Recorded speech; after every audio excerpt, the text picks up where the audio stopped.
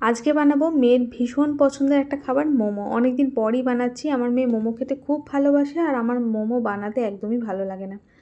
বেশিরভাগ প্রায় দিনই খাই, দোকান থেকে কিনেই খাওয়া হয়। তো দুদিন আগে আবদার করেছিল মাম্মা মোমো বানিয়ে দেবে। আমি বললাম ঠিক আছে বানিয়ে দেবো। তো আগের দিন চিকেন রান্না হয়েছিল, সেখান থেকে কিছুটা সলিড পিস তুলে রেখেছিলাম। তো মোমোর জন্য আজকে আমি চাটনি বানাবো, সেটা হচ্ছে কাঁচা আম আর টমেটো দিয়ে।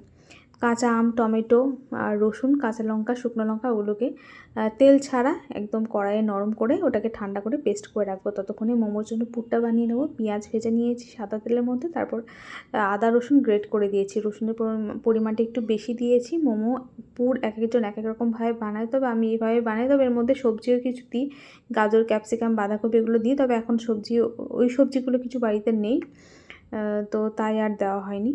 তো তারপর এই যে পেঁয়াজের সাথে মশলাগুলোকে কষিয়ে তারপর চিকেনটা সলিড পিস ছিল যেগুলো, সেগুলো ছোটো ছোটো টুকরো করে কেটে নিয়েছিলাম। আর লবণ দিয়ে, গোলমরিচ গুঁড়ো দিয়ে, কাঁচা লঙ্কা দিয়ে চিকেনটাকে সেদ্ধ করে নিলাম, মানে সেদ্ধ হওয়া অবধি রান্না করে নিলাম।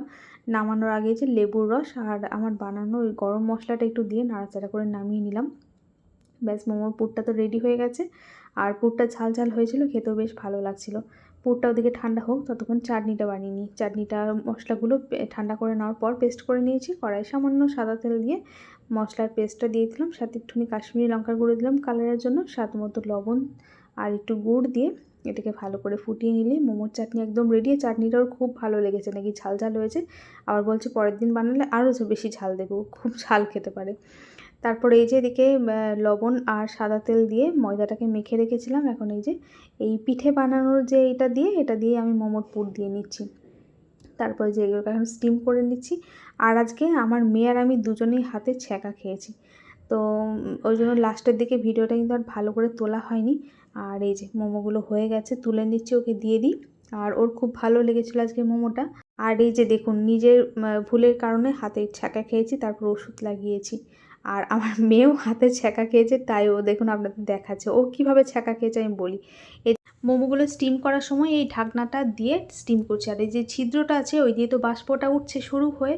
ও তখন কী করেছে, এইভাবে হাত রেখে বাষ্পটাকে দেখতে গেছে, মানে ওর উপরে হাত দিয়েছে, ওইভাবে বাষ্পটার উপরে ব্যাস ছ্যাঁকা খেয়েছে। জানেন তো বাষ্পর ভাবটা, গরম বাষ্পর ভাবটা হাতে লাগলে কেমন জ্বালা করে।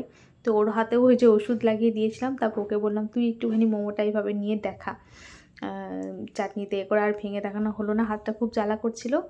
তো যাই হোক, আর এই যে আজকে কি রান্না হয়েছিল সেটাও একটু শেয়ার করি আপনাদের সাথে। আজকে রান্না করেছিলাম বাটা মাছের ঝোল, আলু দিয়ে আর পটল দিয়ে। আর কালকে যে ঘুগনি হয়েছিল সেই ঘুগনি ছিল, মিঠির বাবাকে এই ঘুগনিটা গরম করে দিলাম, টিফিনে মুড়ি দিয়ে খাবে। আর ওকে ওই যে বাড়ির গাছের আম কেটে দিয়েছি, সাথে শসা ছিল, পেঁয়াজ না।